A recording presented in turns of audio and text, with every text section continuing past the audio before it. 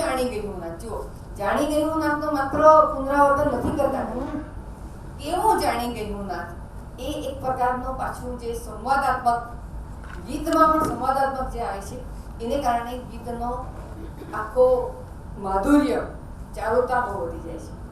અને છેલ્લે કહે છે તમે તમે ને તમે જ છો હમ જાણી ગયું નાથ.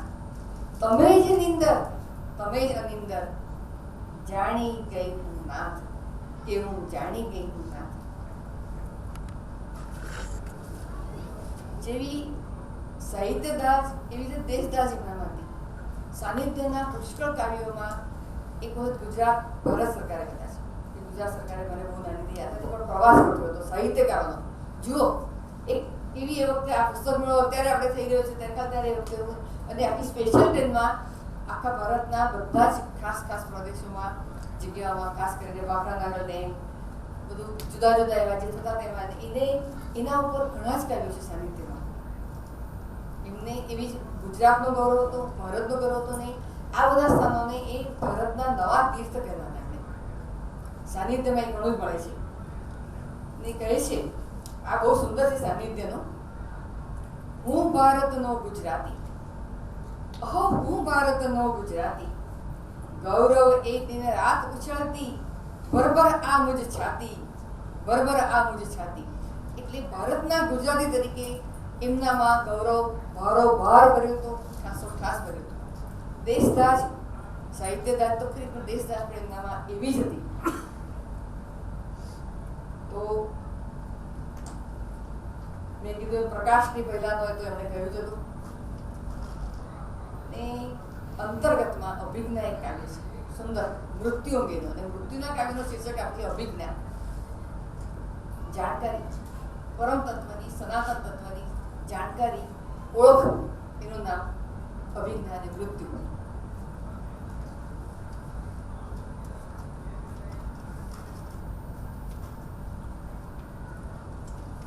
જેને મૃત્યુ કહે લોક, અભિજ્ઞા એ સ્વરૂપની. બહુ લાંબુ કાવ્ય છે, પણ એમાંથી બે જ પંક્તિઓ લઈશ, કારણ કે આપણી પાસે સમય અને એમના તો હજાર ઉપર કાવ્યો છે. કઈ પંક્તિઓ લઉં ને કઈ ન લઉં થાય, એમાંથી યાદગાર પણ પુષ્કળ છે. તો અને દેશ વિશે કહે છે. દેશની સ્થિતિ આપણે જાણીએ છીએ કે બધાને બહુ અકળાવે એવી પણ છે. દેશ કાવ્યમાં કહે છે બાવા જેવા ગામડા ને કુબેર જેવા શહેર. જો આપણે બે વિભાગો કહીએ છીએ કે શહેર આવો ને ગામડો આવો, તો એને કેવી સુંદર રીતે એને વ્યક્ત કર્યું છે. બાવા જેવા ગામડા ને કુબેર જેવા શહેર, દેશ જુઓ આ દેશ, દેશ જુઓ આ દેશ. ઓછો કાવ્ય સંગ્રહમાં એ કહે છે. એટલે એમનામાં આ બધું બહુ સુંદર રીતે આવ્યું છે. ગરબા પણ એમણે સુંદર લખ્યા હતા. અને ગરબામાં પાછું આપણે ચીલાચરમાં માં આવવાને એમ નહીં, રૂપ અવનીને આવના આવ્યા હો ગોરી તારા ગરબામાં. આ ગરબાનું કેટલું એક અલગ રૂપ આવે છે. રૂપ અવનીને આવના આવ્યા હો ગોરી તારા ગરબામાં, તારી તાળીને જપતી એ હલકે, મીઠું મુખડુંમાં ગુર્જરીનો મલકે. મેં કીધું ને આ માણસ બહુ જ બધાને ચાહતો હતો. અને બીજા ગરબામાં કહે છે વાણું વાતું ને વાયરાની લહેરે, રૂમઝૂમ તું મારું શમણું આવે, રૂમઝૂમ તું મારું શમણું આવે. તો એક સરનામું કાવ્યમાં કહે છે. પૂછો છો સરનામું કાયમનો, જો કટાક્ષ એક તીવ્ર ધારવાળો વર્ત આવે છે. એ તો જે તમારું તે અમારું. આવું કીધું શકે બને. બધાના સરનામા એક નથી, તો બધા જુદા હોય છે. હવે સાંભળો, પૂછ્યા કરો છો સરનામું કાયમનો, લખી લો સ્પષ્ટ, કેર ઓફ અદ્રષ્ટ. કાયમી સરનામું શું? તો મારું તમારું બધાનું કેર ઓફ અદ્રષ્ટ. એટલે આવી વાણીની ચમત્કૃતિ, વ્યંગ્ય ધાર એમનામાં ઘણી હતી. એક કાવ્ય હું થોડી વખત ટોળું, ટોળાને એમને કેવી રીતે વ્યક્ત કરવું જોઈએ. ટોળું ફર ક્યું પીછું, ટોળું સસલાનો થડકારો, ટોળું વમળ વિંધતો તારો, ટોળું 4-5નો ચારો. 4-5 અમુક લોકો ટોળાને ઉશ્કેરતા હોય છે. આપણે જોઈએ છીએ આ બધું ટોળાની જાતની ખાસિયતો. એને કવિએ એટલી સુંદર રીતે વર્ણવી છે. ટોળું 4-5નો ચારો, ટોળું કદી ન થયું અજીઠું. અહીંયા એક કવિની ઉડાન આપણને ખબર પડે. ટોળું કદી ન થયું અજીઠું. આપણે અજીઠું તો સેજ આપી જાણી મૂકી દઈએ, ટોળું ને કોઈ દિવસ કોઈ એવું ફેંકી નથી દેતું. ટોળું તો કાયમ માટે એક નવું જ રૂપ લઈને આવે છે. ભલે ટોળાને કારણે ઘણું બધું કોઈ નુકસાન થયું હોય, કંઈ પણ થયું હોય તો પણ. તો આ ટોળું કાવ્ય કર્યું. હવે ગાંધી ધ્વનિનું એક કાવ્યની પંક્તિ મને બોલવાનું મન થાય છે. સાવર કિનારાથી દાંડી લગી, ત્રીસને આતપ જગી, એટલે પ્રજ્વલિત થઈ, જગી, જન એક ચાલ્યો, ચાલવું એને કહે છે લોક. દાંડી કૂદમાં જે ચાલ્યો એને જ ચાલવું કહેવાય, ચાલવું એને કહે છે લોક. બીજા બધાનો ચાલવું તો ઠીક છે. એક ગાંધી પ્રત્યેનો પૂરો આદર અને લોકોને એનું શું પરિધિ હતી, ગાંધીનું શું ઊંચાઈ હતી, એ આપણને આટલા નાના શબ્દમાં વ્યક્ત થાય છે. બાળ કાવ્યો બહુ સુંદર લખ્યા છે. કીડીને હાથીની લડાઈ વિશે લખે, માવજી ડાયો કાંઠ તોફાન કરવા ગયો તો એનું લખશે, ફટાકડા વિશે કાવ્ય લખશે. બાળ કાવ્યો પણ એમના ખૂબ સુંદર છે. સંગીત રૂપકમાં પણ બહુ સરસ છે. એમાં પણ પતિત ભાવના ધરતી, એમાં આજે આપણે જે પર્યાવરણનું નુકસાન, પર્યાવરણ વિશે વિચારવાનું કહીએ છીએ, એમણે ઘણા વર્ષો પહેલા વિચાર્યું. એમણે મળે વિશે પણ લખ્યું છે, શ્રાવણ વિશે પણ લખ્યું છે, વસંત વિશે પણ સંગીત રૂપક છે, ફાગણ ખરો. પણ આ મને ખાસ વધુ નોંધવા જેવું લાગ્યું. કહે છે, સીધે રે માર્ગ મૂકે અવળા પગલા, સીધે રે માર્ગ મૂકે અવળા પગલા, હો એની ચાલે ધરતી છે દુભાણી, એની ચાલે ધરતી છે દુભાણી. પરસેવે પોપિયા ફૂલડાઓ રોપીએ, અંતરની કાઢીને શૂળ, ગાતા ન થાકી હો ધરતીના ગીત, ગાતા ન થાકી હો ધરતીના ગીત. તો આ સંગીત રૂપકમાંનું બળેવનું તો અમારા કુટુંબમાં રક્ષાબંધન ઉજવાય ત્યારે કાયમ અમારા ઘરનું કુટુંબ ગીતની જેમ ગવાયું છે, રીતે હું રાખડી બાંધું વિરાજી મારા. તો આ એમનું કવિ વ્યક્તિત્વ, એ પ્રમાણે હું એનું કરેલું.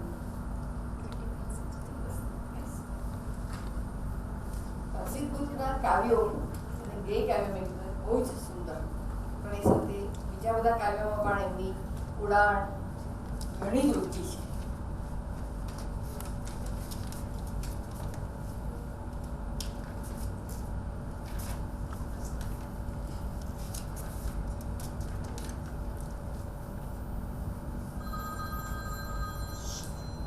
એ સર્જનમાં જે કવિત્વ હતું માત્ર પદ્યમાં, કવિતામાં સમાય એવું નહોતું.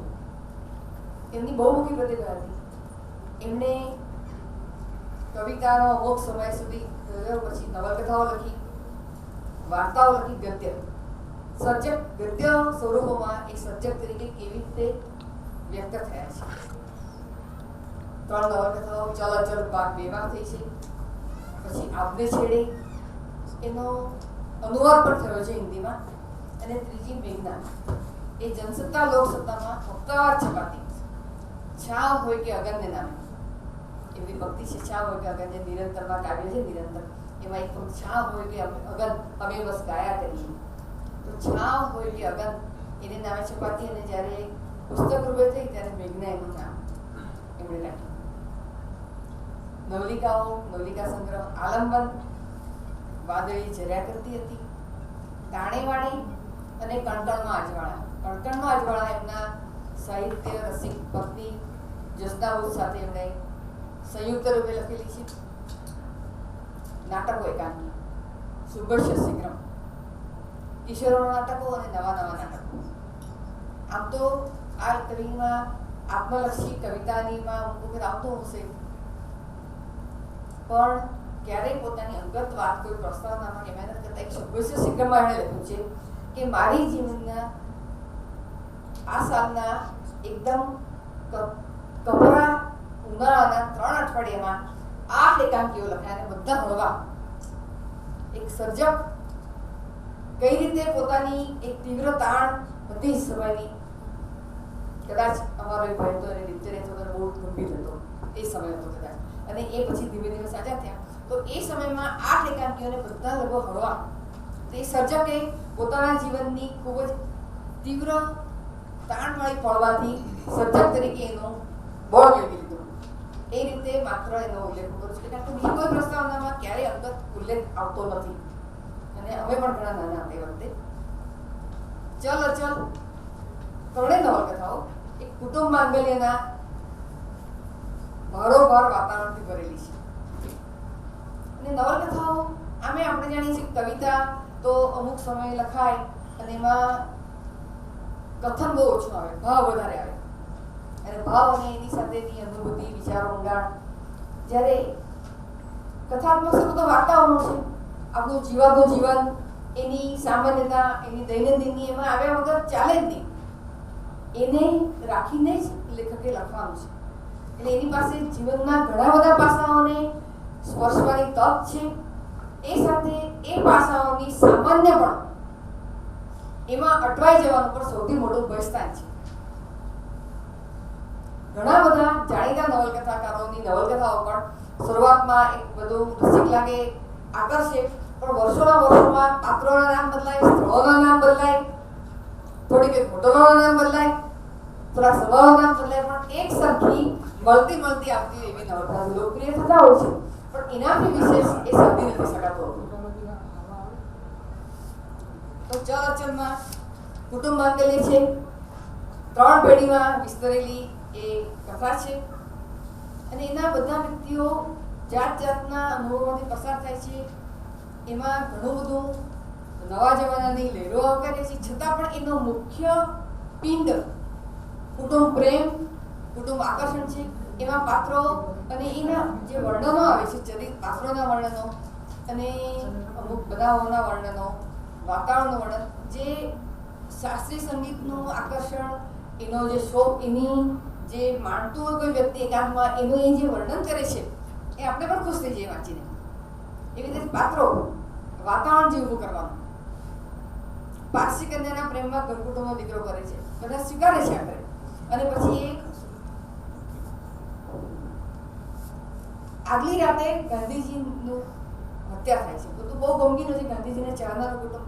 અને બીજી દિવસ સવારે એક પુત્ર વધુ કામે ગઈ છે સુરત, મુંબઈથી, અને ઓચિંતી કામ ગાંધી નિર્વાણને કારણે બધું અટકી પડે છે, એટલે પોતાને સાસરે કુંવારી આવી પહોંચે છે, અને ઘરનું વાતાવરણ થોડું હળવું બની જાય છે. ત્યારે એ લોકો બધું જ હા ગાંધીજી તો ગયા, પણ આ ગાંધીજી વગર પણ આ દેશ પોતાને ગાંધીજીની મદદથી અને ગાંધીજીની રીતે જરૂર આગળ ચલાવશે. ગાંધીજી કઈ અટકી નહીં પડે આ દેશ. એ પ્રકારની એક જોડીને એ કારીગરી કરે છે. એ જ કુટુંબનો દીકરો મોટો કુટુંબ છે, તો એ કુટુંબનો દીકરો કોઈ પણ કારણસર થોડો ઉફરાડો થઈ જાય છે, કુટુંબથી થોડો અલગ પડી જાય છે. એનો જીવન પ્રવાહ અને એને કારણે સૌ બધા જ દુઃખી થઈ જાય. પછીથી એ કુટુંબમાં પાછો વળે છે. એની જૂની જેને માટે એનું હૃદય હતું, જેને માટે એની સાથે એનું ફરીથી જોડાણ થાય છે, અને ત્યાં નવલકથા પૂરી કરે છે.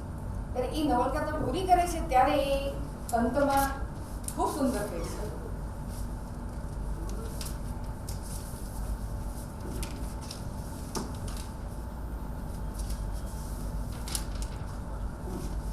અંતે કહે છે, પૃથ્વી ધન્ય હતી, એના હૃદયનો વ્યક્ત અર્ઘ્ય અગોચર અવ્યક્તને ધરાતો હતો, કાળ મંત્રમુગ્ધ હતો, એનું અસ્તિત્વ અલૌકિકની એના રમ્ય ભવ્ય રૂપે સાકાર ઉત્સવ મગ્ન હતો.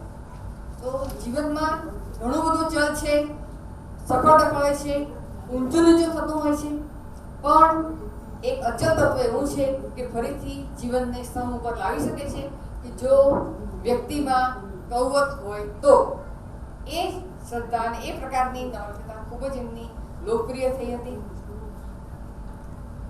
ફરીથી પણ છપાઈ, એક વખત છપાઈ પછી બીજી છે આપદે છેડે. એ થોડી અલગ પ્રકારે છે, વિશેષ એના વિશે નહીં કહું, પણ એમાં વિધવા માં છે, એની પુત્રી પણ વિધવા થાય છે, ઈચ્છે છે કે એની દીકરી બીજા કોઈ જોડે જીવન જોડે.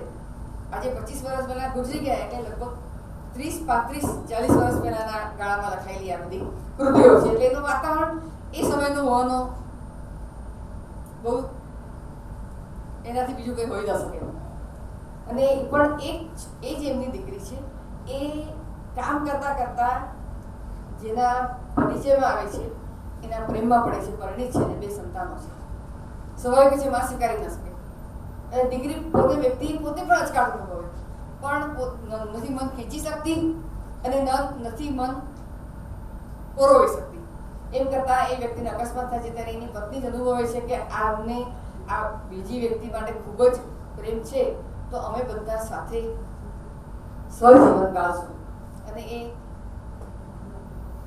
વિવાહ કરીને દીકરી છે એને જે વ્યક્તિ છે એને કહે છે કે તમે પણ અમારી સાથે આવો, તમે એમનો અત્યારે અકસ્માતમાં સંભાળી લો અને આપણે બધા દૂર રાખો. તો એ સંભાળી લેવાની વાત કરે છે. એટલે એક અલગ પ્રકારના વિષય વસ્તુની પણ થોડી વાત કહી શકાય આ નવલકથામાં. અને મેઘના એમાં હિન્દુ પ્રોફેસર મળે અને મેરુમાંથી મેઘના નામ જેનું રખાયું છે એવી મુસ્લિમ કન્યા, ડૉક્ટર મુસ્લિમ કન્યા, એ બેના પાંગરતા પરિચય અને એની અનુસંગે કૌટુંબિક વાતાવરણ. હસીદબુદ્ધને કૌટુંબિક વાતાવરણ ન ચાલે, વગર ન ચાલે. કૌટુંબિક વાતાવરણ વગર એ કોઈ પણ વાર્તા ન લખી શકે કે કોઈ નવલકથા ન લખી શકે. એ એમની ઊંડી શ્રદ્ધા કૌટુંબિક માળખામાં હતી. એમના ઢાકા બાંગ્લાદેશી લડાઈનો પણ એ મેઘનાના ભાઈ ત્યાં હોય છે. એમાં પ્રત્યક્ષપણે એમાં એને જોડાવવું પડે છે. એને કારણે એ બધાની પણ વાત આવે છે. અંતે બધા વસ્તુમાંથી આખરે હિન્દુ પુરુષ અને મુસ્લિમ કન્યા ડૉક્ટરની એનું યોગ જોડાણ થાય છે. એ રીતે મેઘનાની નવલકથા આખી વિકસે છે. 3 નવલકથા. વાર્તાઓ પણ એની ખૂબ જ સુંદર છે. વાર્તાઓ ટૂંકી છે, આપણે જાણીએ છીએ, એટલે એમાં નવલકથાઓ જેટલો વ્યાપ ન હોય. ઘણા બધા વિવિધ વિષયો નવલકથામાં આવે છે. એના પાત્રો, સ્ત્રી પાત્રો ને